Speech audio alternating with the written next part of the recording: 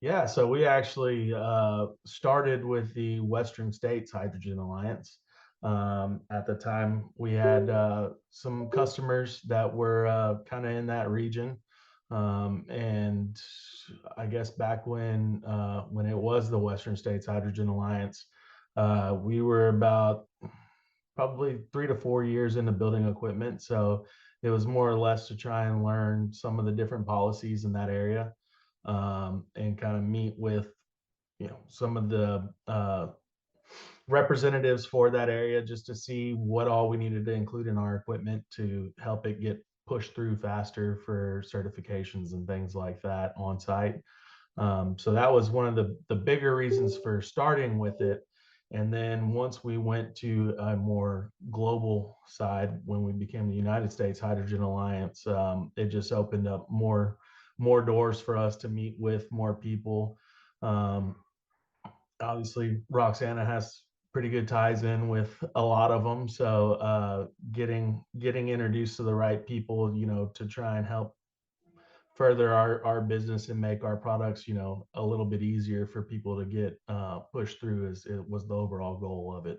A lot of people, I can't even think of the actual number it is, but and then as far as possible potentials, I mean, we've actually worked closely with a few of the members now to try and get new sites developed, things like that. And then of course, the biggest proponent from a lot of the networking stuff, especially like the policy conventions and things like that, is um, getting to meet all the representatives there from all the different states that are coming in, whether it be senators, house, or just local municipalities and things like that. Getting to meet those people because they're the ones that are kind of on the forefront to push the hydrogen through. So it's really good to meet those people, and then obviously having members within our group that have the capability of building out the infrastructure and things like that, because we're just the equipment piece, but being able to actually supply everything to put in the full scope is a big key factor that kind of helps out. So it's nice getting to talk with them and work with them, and seeing how we can grow business. You look at all the bus companies. I mean, they're one of the bigger drivers, and of course all the truck companies as well, that are pushing this shift more than it is just on the commercial side. And so it's helped out well.